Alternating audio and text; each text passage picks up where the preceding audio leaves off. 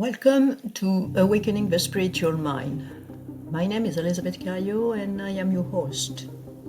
In this series, I share extracts from my book, reflections and practices to help you awaken to what truly matters. This is the episode 5, based on the chapter 3 of my book, What If You Are Not Broken? In this episode, we will look at how misunderstanding often becomes misdiagnosis, and what seems like illness may sometimes be a signal of transformation. We'll explore why meaning is as vital as oxygen for the human soul. So now, listen a passage from my book.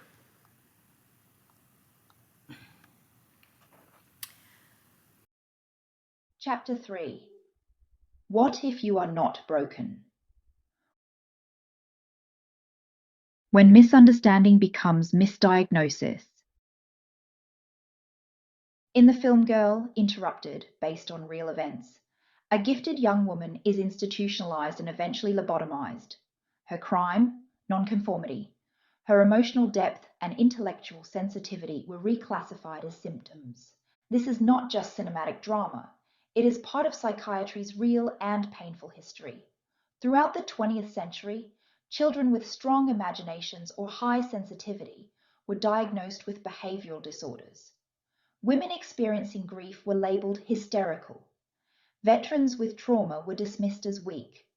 And to this day, diagnostic categories like those in the DSM continue to evolve, not only with science, but with social norms.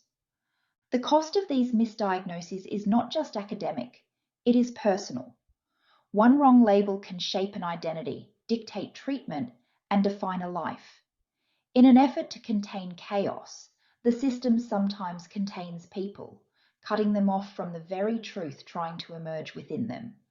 But what if the symptom is not the problem? What if it is a signal, a clue, a sacred knock from the soul, asking to be heard? Psychiatry seeks to reduce symptoms. When the medical model fails to recognize the spiritual dimension of human experience, people in crisis are at risk.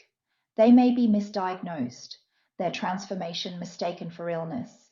They may be medicated when they need to be mentored. And too often, they are left vulnerable, searching for meaning in places that promise healing but deliver control. It is important to be honest here. Not every spiritual crisis is a spiritual emergency. Some are rooted in trauma, biochemical imbalance, or past psychological wounding. Some require medication, stabilization, and clinical support. This does not mean we should abandon psychiatry or reject clinical care. It means we need a larger lens, one that can hold mystery as well as method, symbol, as well as science. A system that sees beyond pathology and makes room for the sacred.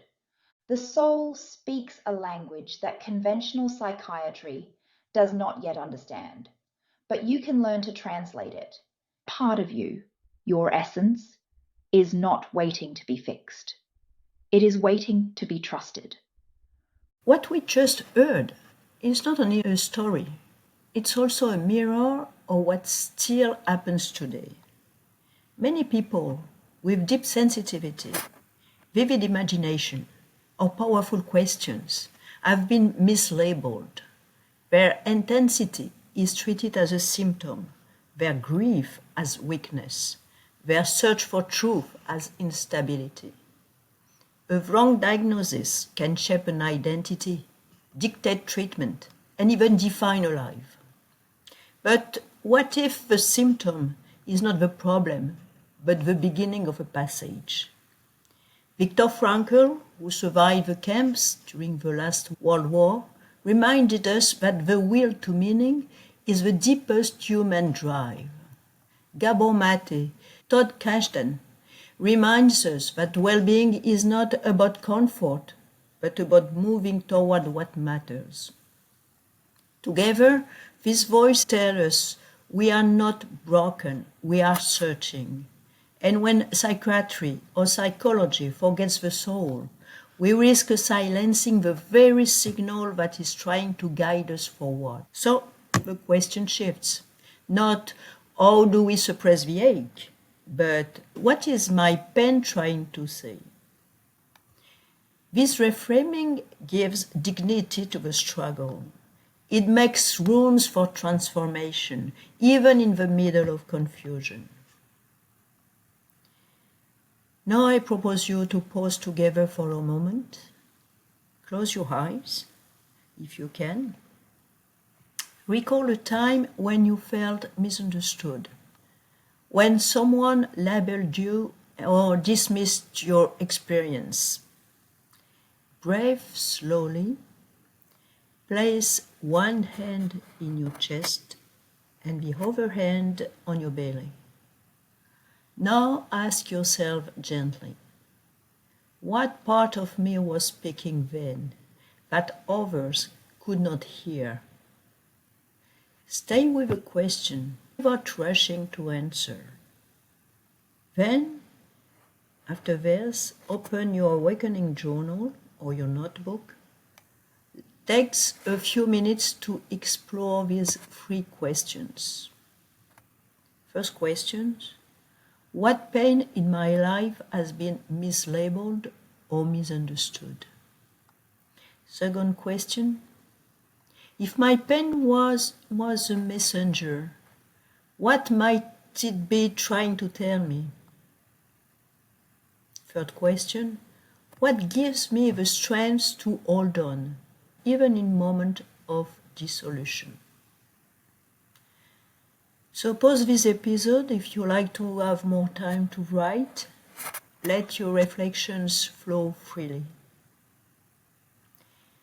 Thank you for listening to Awakening the Spiritual Mind. If this episode inspires you, share it with someone who may need it. And don't forget to subscribe.